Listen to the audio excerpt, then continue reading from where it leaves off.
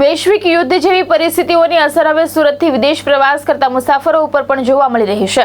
Vacation season હોવા છતાં સુરત એરપોર્ટથી આંતરરાષ્ટ્રીય મુસાફરોની સંખ્યામાં મોટો ઘટાડો નોંધાયો છે। સુરત એરપોર્ટથી વિદેશ પ્રવાસ કરતા મુસાફરોની સંખ્યામાં નોંધપાત્ર ઘટાડો થયો છે। જાન્યુઆરી મહિનામાં જ્યાં 23,660 મુસાફરોએ સુરતથી વિદેશ યાત્રા કરી હતી, તે એપ્રિલ મહિનામાં આ આંકડો ઘટીને માત્ર 4,114 ઉપર પહોંચી ગયો છે। સુરતથી શારજાહ અને દુબઈ બાદ એપ્રિલ મહિનામાં બેંકોકની ફ્લાઇટ પણ બંધ કરી દેવામાં આવી હોવાનું સામે આવ્યું છે। વૈશ્વિક યુદ્ધની પરિસ્થિતિ, આંતરરાષ્ટ્રીય મુસાફરી અંગેની અનિશ્ચિતતા અને ફ્લાઇટ ઓપરેશનમાં ઘટાડવાના કારણે વિદેશ પ્રવાસમાં ઘટાડો નોંધાયો હોવાનું માનવામાં આવી રહ્યું છે।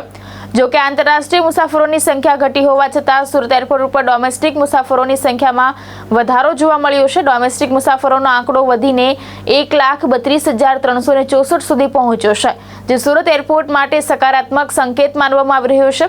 હાલ એરપોર્ટ તંત્ર અને પ્રશાસન ક્ષેત્ર સાથે જોડાયેલા લોકો આંતરરાષ્ટ્રીય ફ્લાઇટ્સ ફરી શરૂ થાય તેવી આશા વ્યક્ત કરી રહ્યા છે। ભાવેશ ઉપાધ્યાય, દ્રષ્ટિકોણ ન્યૂઝ, સુરત।